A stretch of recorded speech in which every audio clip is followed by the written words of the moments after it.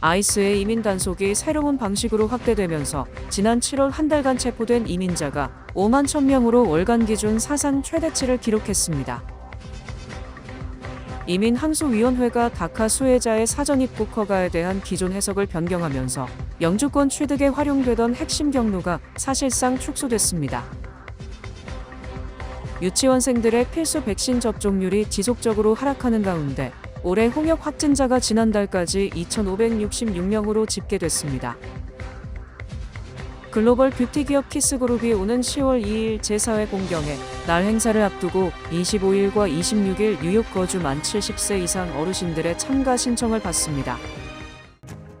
이 프로그램은 당신과 PCB의 시너지, PC빌리티, 당신의 가능성을 더 큰 현실로 만드는 PCB뱅크 제공입니다. 모두가 누릴 수 있는 권리, 바로 아름다움입니다. 키스는 누구나 더 쉽고 당당하게 자신의 아름다움을 즐길 수 있는 세상을 꿈꿉니다. 키스는 우리 모두의 미래가 더 아름답게 빛날 수 있도록 최선을 다할 것입니다. 당신의 아름다움의 모든 순간, 키스가 함께합니다.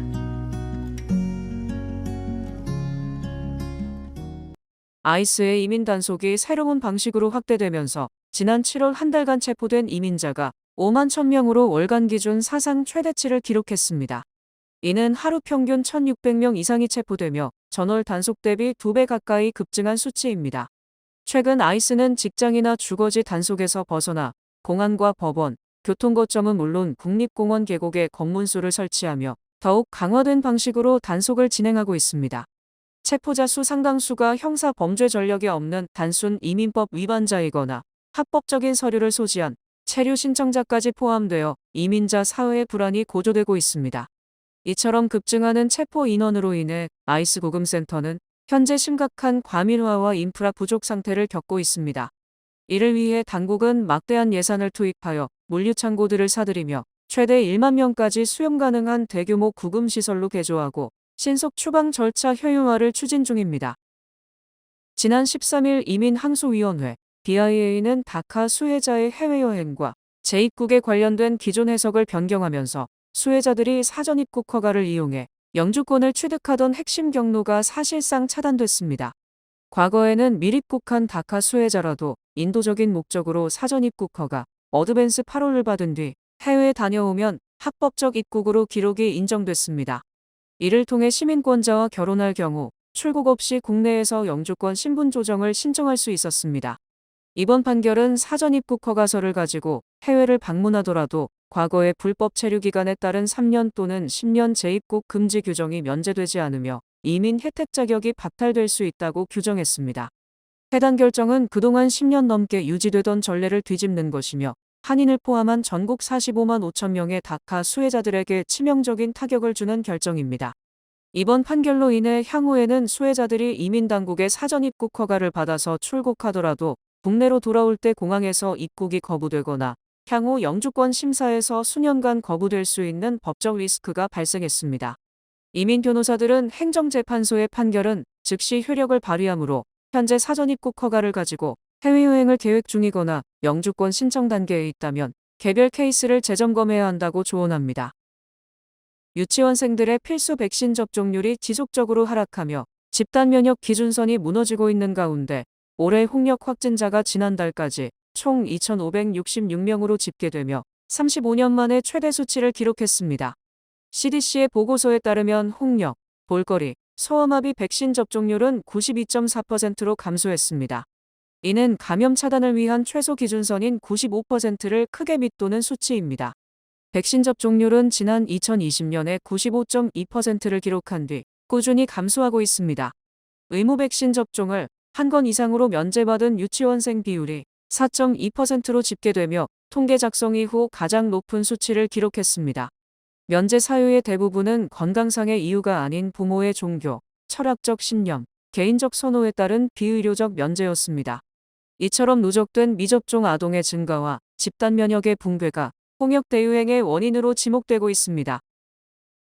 아름다움을 만들어가는 글로벌 뷰티 기업 키스그룹이 오는 10월 2일 개최되는 제4회 공경의 날 행사에 참석할 어르신들의 참가 신청을 받을 예정입니다. 키스그룹은 오는 10월 2일 그레인넥 소재 레너즈 팔라조 연회장에서 제4회 공경의 날을 개최합니다. 키스그룹은 오는 25일과 26일 양일간 오전 10시부터 오후 4시까지 더 웨스틴 플러싱 라과디아 공항 호텔에서 신청 접수를 받습니다. 신청 자격은 뉴욕주에 거주하는 1956년 12월 31일 이전 출생자에게 주어지며 신청 시 본인 확인과 뉴욕주 거주를 확인할 수 있는 신분증을 지참해야 합니다. 키스그룹은 더 많은 지역 어르신들에게 참여 기회를 제공하기 위해 과거 행사에 참석한 경험이 없는 첫 참가자들을 우선 대상으로 선정해 초청할 계획이라고 밝혔습니다. 키스그룹은 그동안 한인사회의 성장과 발전을 위해 헌신해온 어르신들에게 깊은 감사와 존경의 마음을 전하기 위해 공경의 날 행사를 마련했고, 이 행사는 세대 간의 따뜻한 화합을 도모하는 한인사회의 대표적 축제로 자리매김했습니다. 한편 참석은 선착순이 아닌 추첨으로 결정되며 선정된 어르신들은 9월 8일 이후 개별적으로 문자가 전달될 예정입니다. 뉴욕시 일부 이민자 밀집 지역에서 이민세관 단속국의 현장 단속이 집중되고 있다는 보고가 나오면서 지역사회 긴장이 커지고 있습니다. 뉴욕이민연합에 따르면 최근 2주 동안 맨해튼 이누드와 워싱턴 하이츠, 스태튼 아일랜드 포트리치먼드와 스테이플턴, 브루클린 선셋파크와 다이커 하이츠, 벤스너스트와 사이프러스 힐스에서 이민 단속 활동이 두드러지게 증가했습니다.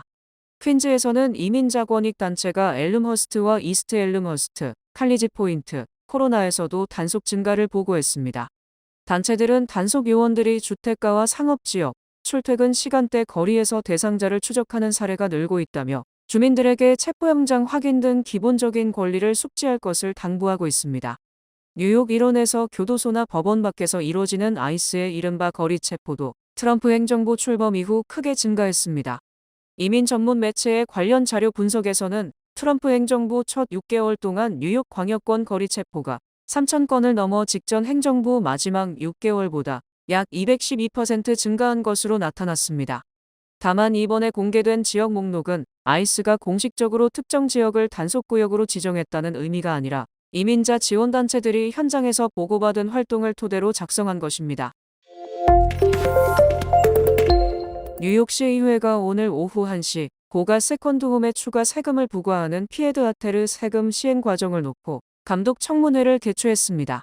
재정위원회와 정부운영위원회는 시 재무국이 실제 과세 대상보다 훨씬 많은 약 96만 건의 부동산과 소유주 정보를 초기 명단에 공개한 경위와 주민들에게 혼란을 초래한 책임 등을 집중적으로 따질 예정입니다.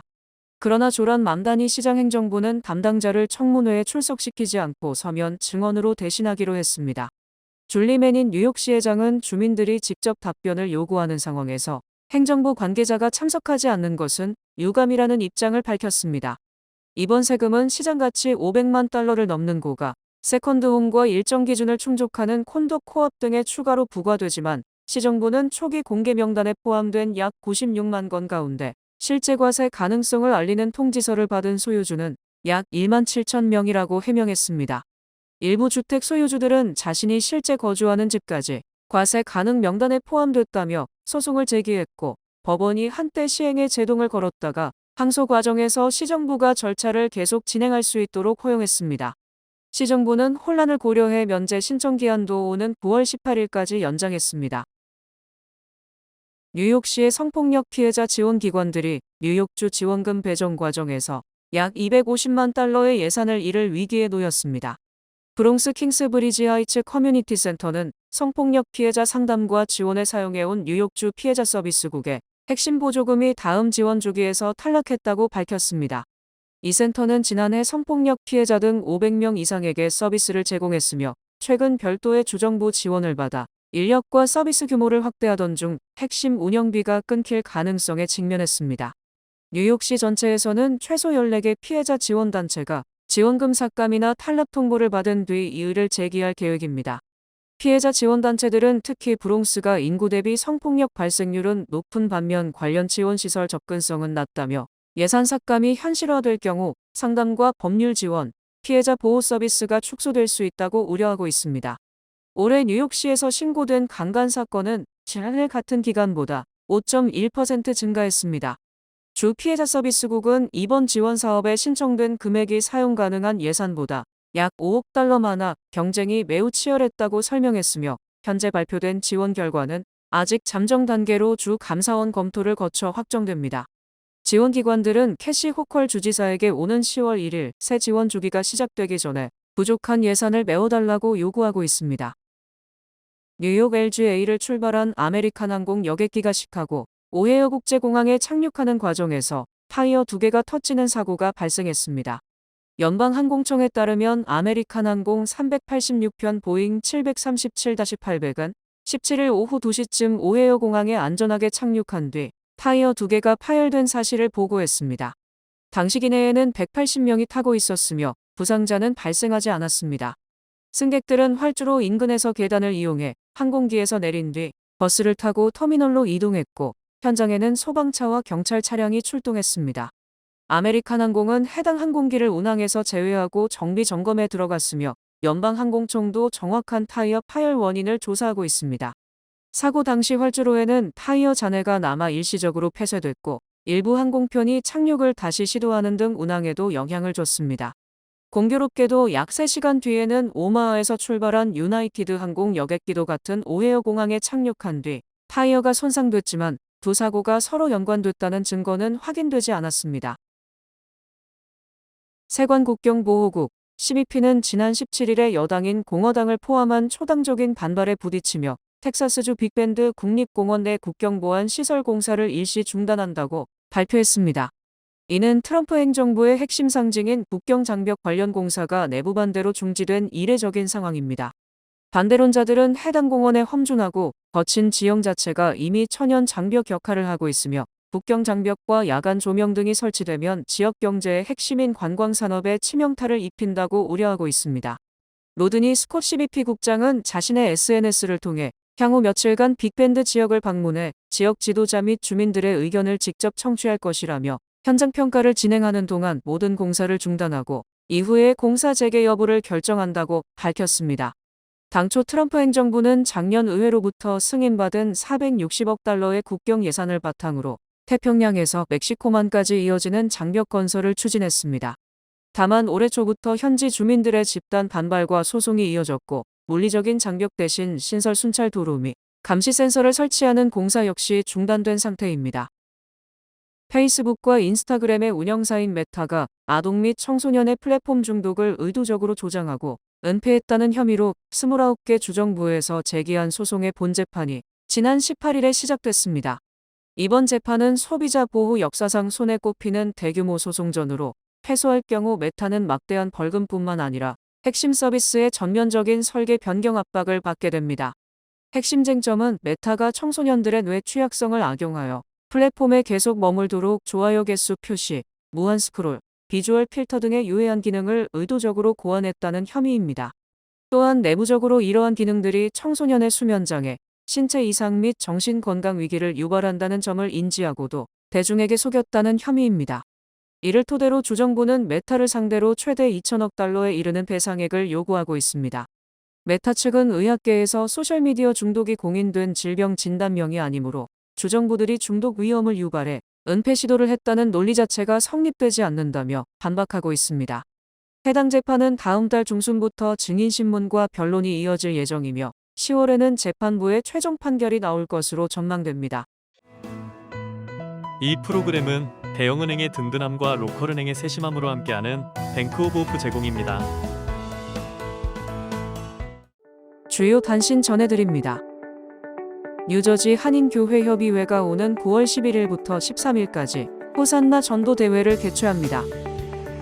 뉴욕주 몬톡의 식품업체 더 햄프턴 그로서스가 살모넬라균 오염 가능성으로 모유 수유용 그래놀라 제품을 리콜 조치했습니다.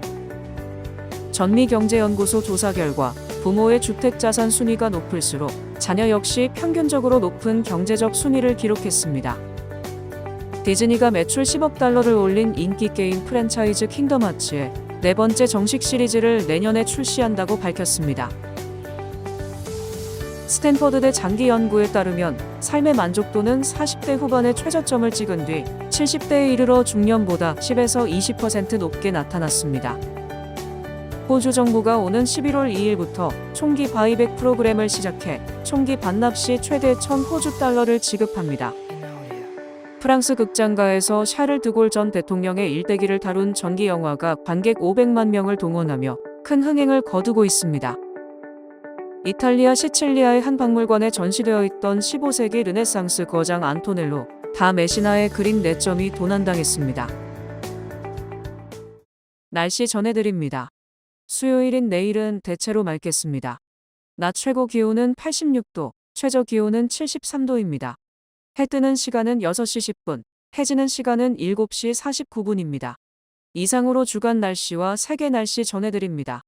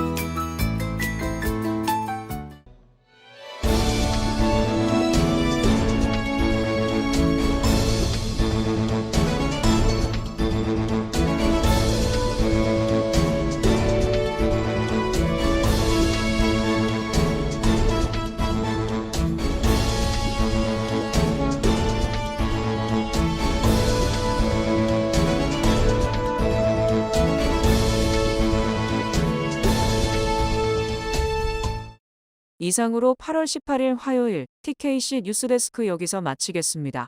시청해주신 여러분 고맙습니다.